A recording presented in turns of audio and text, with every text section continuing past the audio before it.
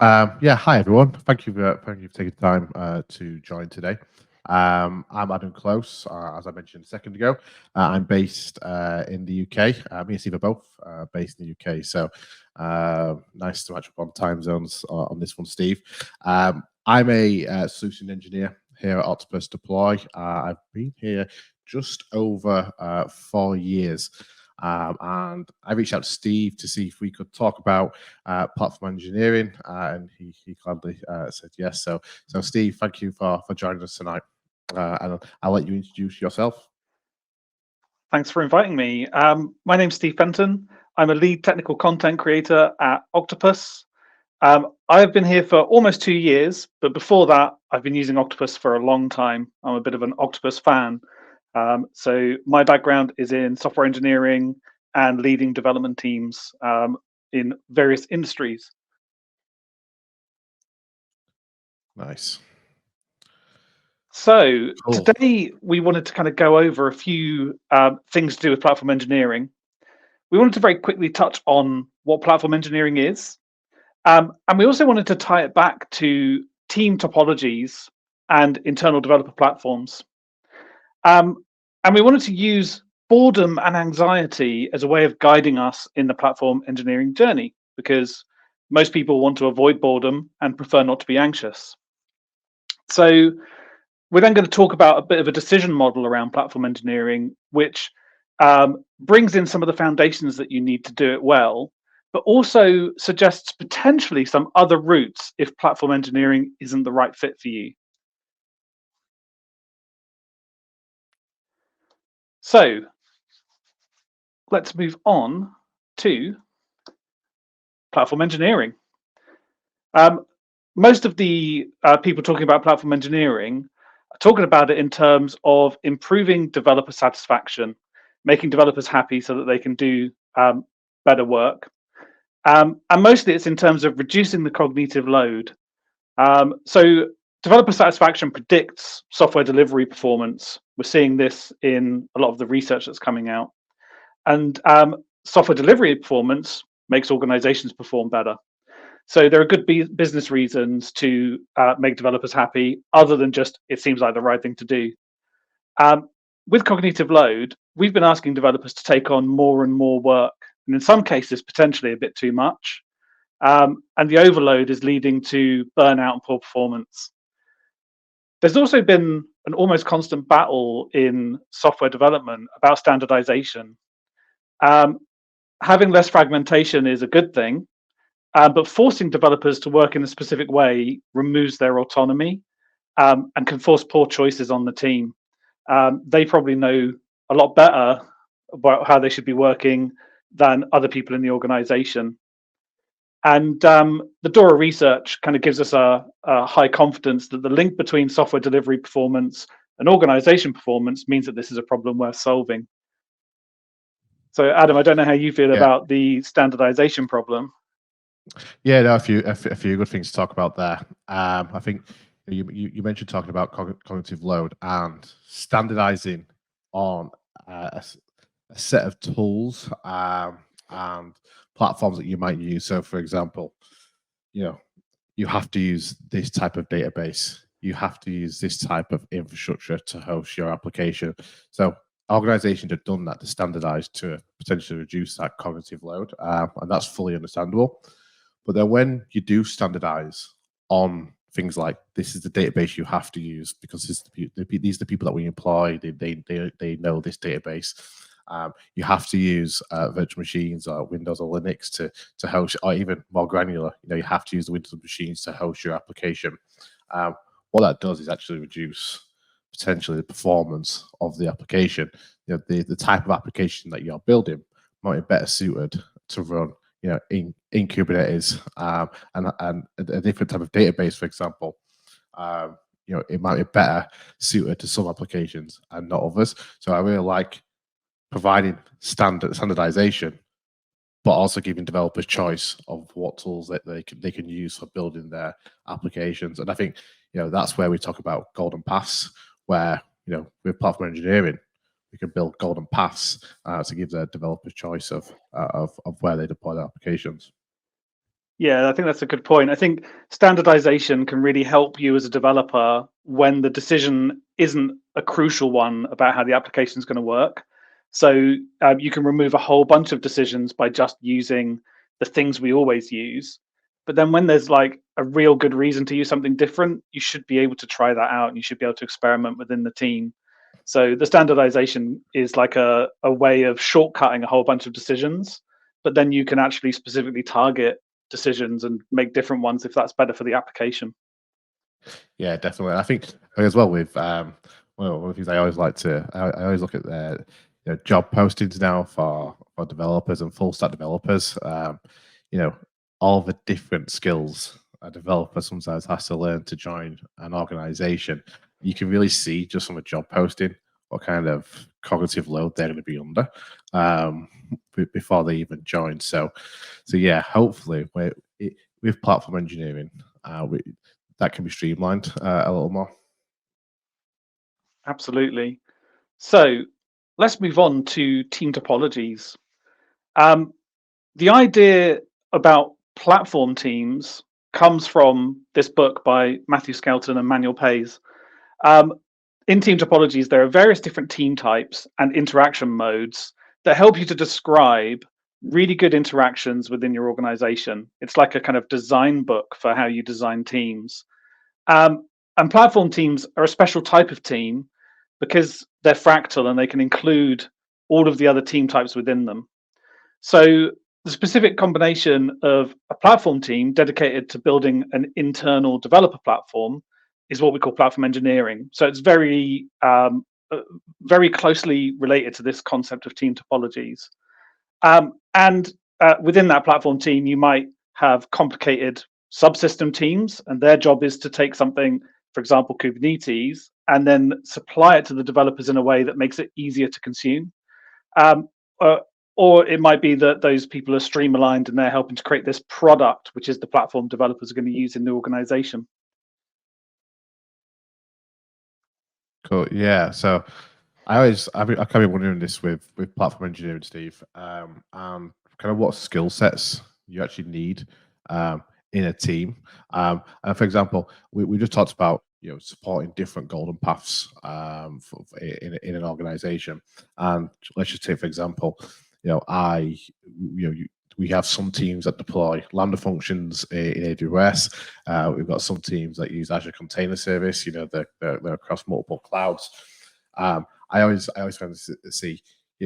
I've seen you'll have a platform engineer, part of the platform engineering team, but I think you're also going to see, specific roles like AWS administrator, Kubernetes administrator in that team, so they can bring their knowledge into building these IDPs. Yeah, exactly. And probably the most important role in a platform team, especially one that's creating an internal developer platform, is the product manager for that platform. It's kind of generally accepted now that this platform should be treated like a product, and the customers are the developers that you're hoping will adopt the product. Because you can't force this platform in; it has to be made attractive so that the developers want to use it and they can see that it solves their problems. And I should probably add, Matthew Skelton said recently, the minimum viable platform could be as simple as a wiki page. So if that's what solves the problem, then that could be enough as a platform. Now, in most cases, we think that there are probably other types of problem to be solved, but a wiki page could be a good way of onboarding someone who's new to the organization and getting them up and running faster. Yeah, that's a good last point there. Just to finish off on that, when we went through kind of what platform engineering is. What would be nice to see from platform engineering, and you built you've built a platform engineering team, or you see it's a wiki page. Is hopefully this should speed up the time, well, the time it takes for a new developer to join the organization and get code committed into production. If it's taking let's say it's taking 2-3 weeks to for an engineer to go from joining an organization to deploying code into production, hopefully platform engineering, whether it is just a wiki page, can reduce that time down and get the engineer up and running much quicker. Absolutely. So let's talk about boredom and anxiety, and hopefully no one is feeling either of those on this call. Platform engineering can bring developers back into the flow state. Now, the flow state comes from a book called Beyond Boredom and Anxiety. It's by a renowned psychologist. And what he identified was, depending on people's skill level, they need a different level of challenge to keep them in the flow state. So when someone is new to a skill, it's best to keep the challenge low to help them be productive. If the skill required is higher than they have, it can make them worried, or in extreme cases, quite anxious. But equally, once someone's actually got a high level of skill, if the task is too easy, then they can get bored, and excess levels of boredom can also induce anxiety. This diagram is actually from the first edition of the book. There are some more complicated versions of this diagram from later editions, but I like this one because it's really clear that as your skills grow, you want the challenge to match it. And this is probably a really important concept to platform engineering, because you're trying to bring people back into that green diagonal line on this diagram. Yeah, because it's what you mentioned there. You want to sell the product to the developer teams, and you don't want to implement this a team that doesn't need it, and they're going fine a lot. They're going on their way and they're okay. I think it's really these teams that are kind of where you've got on the scale there, worried and anxiety about the challenge. You want to try and reduce that for them. So yeah, I find this really interesting. I've certainly been at both sides of this scale. I've been in the flow as well, but it was nice to have this kind of highlighted to me to say, hey, if you have a feeling at one of these things, it might be time for a change to get back into flow. And I think when you talk about boredom, and you're not feeling challenged, that can certainly reduce the work that you can get done. If you're not doing something on a regular basis, creating code, building and pushing it to production, you're doing it less frequently, you're not as experienced and comfortable at doing that. So yeah, it's a good push to get you into flow. Cool. So let's talk about some crucial foundations before you go what we call full platform. If you adopt platform engineering because it's the current trend, it will probably lead you towards one of the many anti-patterns that have been identified for platform engineering. So it's important that you focus on solving real problems, and problems that you can find a way to measure. You don't want to just achieve a positive outcome, although that's obviously crucially important. You also want to demonstrate to the stakeholders why funding should continue for the platform. So this is why we want to be able to measure what's happening when people adopt the platform. I think one of the worst things that we think could happen is that you have a successful platform, but it's been treated like a project, and so it kind of gets finished, and then all the developers are left leaving a platform that then never changes and never improves. So that's one of the things we're hoping to avoid with our decision framework.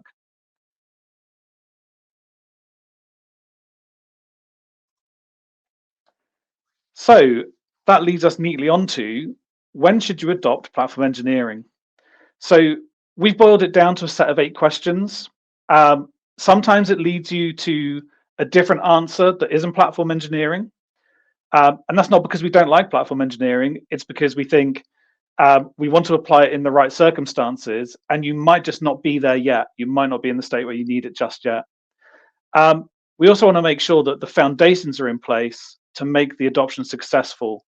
One of the things that I've seen helping companies to become more agile is that if you go into a company who are using an older phased delivery method, or they're just in complete chaos, they're a lot more open to adopting agile than a company that have tried it and failed, because they're already in the mindset of, oh, we tried that, it didn't work. So that's one of the reasons we want to try and make a really strong decision about adopting platform engineering, because you want it to stick when you do it. Yeah, So sometimes you only get one chance, right? I've certainly, yes, I've certainly done that. Even take DevOps, platform engineering out of the equation here, and think, okay, let's take a technology. We once we at an old organization, we were dead set on you have to use MySQL database, whatever application you're building, and we we said, okay, we'd like to try using SQL Server. By it was a couple of engineers that wanted to try using SQL Server, and did we give it our all when we tried to do some migrations? Not really, and we never moved across, and we never moved to any other database because of the history of it. Well, MySQL worked best. We had issues with knowledge around other types of databases because we didn't give it our all. It just fell down, and it was we were set with MySQL for nothing wrong with MySQL at the time. We were just not open to change again. So you take your teams, platform engineering, DevOps out of the way. It happens with everything you do in software engineering. yeah, that's a good point. And I think you probably will get a second chance, but you'll be trying to introduce a platform and dealing with all of the fear that surrounds it because of the previous failure. So we definitely want to make sure that when we approach this, we do it in a way that's successful. So let's go through the questions, and we'll just play through them and look at the different possible outcomes that you'll get at each stage. So the first question is, can you track developer satisfaction? So as we said earlier in the call, developer satisfaction predicts software delivery performance. So it's kind of worth measuring this, whether or not you're thinking of adopting platform engineering. You're going to need some baseline data on this before you develop a platform, because you want to show people the before and after. So you want to show that the platform's had a benefit, and you'll also need this so that you can sell the platform into other teams and get broader adoption. So if you can't track developer satisfaction, our recommendation is work on improving the people and team observability first, and then come back to the questions once you've got that in place. Yeah, I think you need to show value of the work that you're doing. At once, okay, if you don't track, if you don't track these metrics and you implement a new IDP or platform engineering team, how do you go back to your management and say, well, it was successful? If you can't track that, how do you then continue to have budget for this team and tooling if it hasn't been successful? So it's a great way of showing value. Later on down the line, so 12 months after you start this project, okay, we've actually seen an improvement, in developer satisfaction. Whether that's they're just generally happier coming to work, we found it easier to hire. Those kind of metrics, it becomes really handy to then justify continuing the spend on the tool. Absolutely. So once we've got our people and team observability into place, the next question is, are your developers experiencing overload or burnout? Now, these are the two big drivers of why people adopt platform engineering. So you would expect this to be a yes. That's really the trigger point where you'd be thinking of continuing. But if you say no to this, it doesn't mean it's the end of the line for platform engineering, because it can also help in other circumstances. So if you're not finding overload and burnout, the next question would be, can you track software delivery metrics? Now, in this case, a good example of this would be the DORA metrics, which track throughput and stability. But there are other frameworks available. For example, the SPACE framework, which gives you more flexibility to design the metrics for yourself. So if you can't track the software delivery performance, and this isn't individual productivity, it's the performance of the team and the application they're working on, again, this is another observability gap to fix. We want to be able to see not just the current performance, but the trend over time. If you've got that data available, then the question becomes, have you reached a plateau in the performance or a drop in the performance? If not, the existing continuous improvement process is working and you should continue to allow it to work. The team are doing good work. They're not burning out, they're not overloaded, and they're trending up on their ability to deliver software. So there's no problem to solve in this case. So again, as with all of these outcomes, you can revisit the decision again later if you do see a change. So we see that as being a key place to kind of look. The alternate path for this. Oh, sorry, Adam, go on. I was going to jump in there and just say, I don't know if I like to use this term in the industry we work in, but in that case where you can track software delivery metrics, have you reached a plateau? No. If it ain't broke, don't fix it. If things are going well, but I think things are going well now. That's good. That's a positive result for us. Let's revisit this in 12 months' time. As you expand and you get bigger, rerun this. Ask yourself these questions again, and keep doing that to make sure you're on track. So yeah, I think I always worry about saying if it ain't broke, don't fix it, because we always want to improve ourselves. But I think on this occasion and what we're talking about right now, keep doing what you're doing, but revisit this. Yeah, come back to it. It's there's a reason car mechanics don't sell door to door. It's because when you need them. So that's really what these questions are designed for. You want to run this kind of set of questions regularly, once a year if you're annual service for a car, but probably a little bit more frequently on this if you're growing your team. And you want to detect there's a problem before someone starts tearing the engine apart. So assuming that you have found a problem in one of these areas, we can then move on. And the key thing is here is if there's like complexity or cognitive overload, is that causing the problem that you're witnessing in the team? If cognitive overload isn't the problem, use retrospectives to try and find some causes of what's causing the problem. Because teams can get blocked for a lot of other reasons, that aren't related to something that's necessarily under their control. So you might want to fix that before you start trying to fix the team, in quotes, because it's very often software delivery performance in many companies is impacted by something that currently isn't under the team's control. And the question might be, can we bring it under their control? So yes. And to follow up on that, if you're finding that cognitive overload is causing the problems, is the complexity that you've introduced necessary? And if it's not, the correct answer might be to make things simpler. So there's often two different kinds of complexity in software teams. There's necessary complexity. You might be solving a difficult problem. That's why you're creating the software.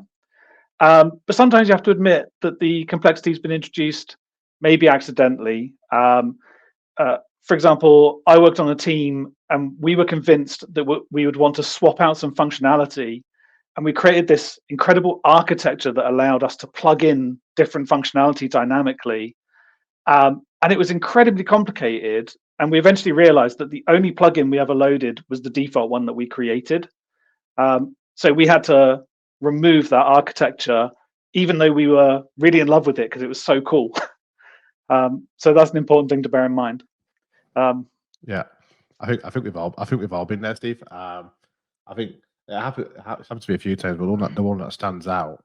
And now I look back at it, it will probably the first decision we made was still a good decision. But what we did, we had a client server application, and we had to migrate that to the cloud. And we basically did a total rewrite of the product, but what we did is we had to keep the same model. So when you moved up into the cloud, you had your own virtual machine, database, and there was like a controller API that you went to as a single page, and then that redirected you to your instance. And it worked well in theory, and we had to segregate data just because the industry that we were working in. But we really added complexity to it. Whereas what we could have done is just we had like 5,000 clients. So you can imagine 5,000 virtual machines. Updating it was a bit of a nightmare. And what we did is, okay, let's just have one application that we can load balance across a web farm and just make this thing simpler. So yeah, we've all been there, and it works really well for a particular reason that we knew we could segregate the data. There was these hard walls between each client, but we found a different way of doing that. Made it simpler by we separated the data, but we kept the application layer shared. Yeah, that makes sense. So yeah, it's really easy to fall into that trap, I think, especially sometimes when you're talking about a feature, your mind takes you into the possible futures that you might be, all the different problems you might be solving one day. And if you introduce all of the solutions for those future problems now, you often discover that you never needed them in the first place. But in a lot of cases in DevOps teams, as of 2023, you're often going to find that there is too much load on the team, and it's load that is necessary for you to provide the service that you want to provide to your customers. So that would take us to our next question, which is, how many developer teams do you have? So not how many developers, but how many teams? And if you've got 5 or more teams, that's pretty well recognized as the sweet spot after all of those other questions for using platform engineering, creating an internal developer platform, and seeking to get adoption in those teams by solving real problems that they've got.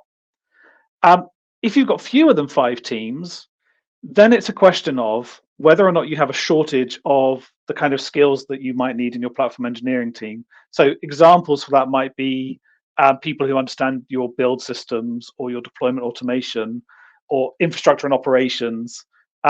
It's pretty much contextual to what kind of problems you're seeing, but those kind of skills, you might not have very many people that can do that. So the skill shortage might encourage you to bring some of the people who do have the skills together to build a platform to benefit those other teams. If you have fewer than 5 teams and there's no shortage of skills, then you might still create an internal developer platform, but you might do it by having a cross-team collaboration. So instead of each team building their own deployment pipelines or their own infrastructure automation, they might work together and create something more standardized between them and share that knowledge, so that they'll end up with a better, easier solution. Yeah, that's a good way of freeing. That's definitely a good way of freeing up time. I've seen this where you have your developer teams, and there'll be some. And in some cases, there'll be a special person that the one person that understands all the build configuration, all the deployment configuration for that particular team.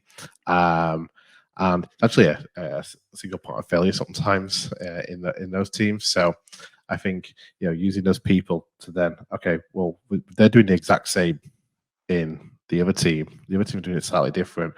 How much time are you going to save by kind of unifying that process? And also put a bit of load balance into the team as well to remove that single point of failure as well. And then those people are then free to work on and evolve in other parts of the product as well. Yeah, I think it's really important actually that if you've ended up in a situation where there's like a designated person on each team who's dealing with one of these specializations, creating a community of practice around that does mean that if someone's on holiday and something goes wrong with that particular tool that you're using or that particular process, someone else will actually be able to help you because the knowledge will be shared, and that's quite powerful. So yeah, it definitely helps you avoid that bus factor and spread the knowledge around. I did work at one organization where they were moving into the place where they were giving teams autonomy, but the result was that each team chose a completely different tool chain. So they used different version control, different build systems, different automation tools, and it meant that no one could move to a different team and understand what was going on. It was like joining a new company, and I think that's often one of the ways complexity can creep in, that will bring you through this chart and say, actually an internal developer platform would help you to leave the autonomy with the teams, but then they can collaborate to make some decisions and build something that's a bit more similar, and it makes it easier for people to move around in the organization and help out when there's a problem. Yeah, I had a little chuckle to myself then. So I was so when I joined Octopus, I was so surprised that an organization had multiple build tools that varied from team to team. And kind of my question, okay, why not just one? Mostly it came down to, well, this team, they know how to use this one. This team, they know how to use this one. And that's the idea of platform engineering, really. Let's take that pain away from them. So all they have to do is commit their code. They don't have to worry. They don't have to know what's actually building their code. Whether it's GitHub Actions, whether it's Jenkins, whether it's Team City, they don't have to know. But yeah, that was like a big surprise for me to see. Even in quite small organizations where different developer teams just choose their own tooling, and it was mainly based on that's the tool they know. That's the tool they know how to use. So it's understandable. You don't want to join an organization and then you build a new application, then you have to go and learn new tooling. You're going to stick to what you know. But with platform engineering, that is, if you can take that pain away, they don't really see that. It's a case of just commit code. Even better. Because at the end of the day, having those separate tools, all that's doing is increasing the cost of running that particular application. It's always better to unify into one tool. Yeah, one of the other causes of this that I've seen, and this happens quite frequently, when Git became the kind of dominant version control system, lots of organizations started moving to Git from whatever their previous tools were. But whilst that transition was taking place, they had some source control in an older tool like Subversion and some in Git. And you often find that actually it's not just Subversion, because they were moving to Subversion from their previous tool, like Visual Source Safe. So you actually find that you've got Visual Source Safe still in use because the migration hasn't been completed, and Subversion, which is where they were moving to, and now a third version control provider. So sometimes it's just a case of going back and saying, let's go back and mop up these last few that we didn't actually finish, get it all moved forward. Yeah, I'll make the choice that, hey, we're going to rewrite this application at some point anyway. We'll leave it where it is. So there's probably some stuff still out there that never actually got migrated across. I've had something similar.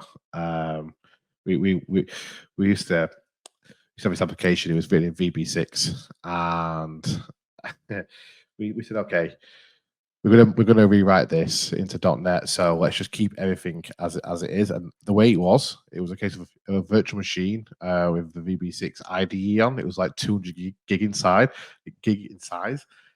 Every time a developer joined, they had to take a copy of that virtual machine, put it onto their local one, and that's how they compiled and built the code. Years later, even though we said we were going to retire the application, it was still there. So I wish we did actually port it across. Yes. Yeah. The thing is, the interesting thing about that is, like we laugh about these. I think everyone's seen something like this in their organization. You laugh about this old system that won't die, but it's still providing value to someone, which is kind of cool as well, because this thing that was written 20 years ago is still running and someone's still processing something on it. So yeah, it's kind of, it can be heartbreaking if you have to work on it, but it's also quite joyful that software lasted that long, because that's quite rare. Yeah. So let's quickly look at the whole decision tree together. Now, this may be a little small on your screens, but we'll share a link. You can find this on our website as well. So there's all the 8 questions put together. It looks like a lot of these paths lead away from platform engineering, but actually a number of them are just about getting the right foundations in place. As we've said before, we really want platform engineering, if you adopt it, to stick. It needs to be like a long-term investment, not just a project where in 3 months you deliver the platform and then the team gets disbanded. All the productivity gains of the platform, if it then becomes a static tool that never changes, will gradually be eroded. So that's why we really want this to be a long-term investment for the companies that take it on. So it's a product. It's like a little mini company. It needs to kind of last a long time. Yeah, yeah. Thank you for sharing that, Steve. And just a quick one, where we talked about tracking the developer metrics as well. I think we'll probably share a link on that as well. So I think you have done some work on that on terms of metrics that you can track. So even when you're at stage 1, you can refer to some metrics Steve's done. But Steve, correct me if I'm wrong there. I could be. Yeah, we've actually got a set of metrics. We call them the Monk metrics, MONK, like Detective Monk. And they give you a way of tracking the success of your platform and the impact it's having on development teams. So we'll share a link to those as well, so everyone can kind of go and see those. But the Monk metrics give you a really good way of working out if you're getting reasonable adoption rates, how to segment your internal audience to see who's eligible to become part of your audience, which is also really important, because if your platform is targeting specific technologies, your maximum audience for that needs to be known so that you can work out your adoption rate. You don't want to calculate your adoption rate across the whole organization if some of the teams are doing something that's not something you want to support as part of the platform. So yeah, we'll share links. Yeah. So all of this information that we've shared today, the decision graph, some information on platform engineering, patterns and anti-patterns, they're all available on our website. You can go to octopus.com/devops/platform-engineering, and you'll find a set of content there on this topic. And we're treating that as living documentation. We actually want to start discussions around this. Platform engineering's technically been around for a while, but it's not been mainstream until really this year. It's when it's really taken off. So it's still early days, and it's possible that you disagree with some of the stuff that we're talking about today, and we want to hear it because we want to learn and we want to grow as well. So do contact us and tell us what you think.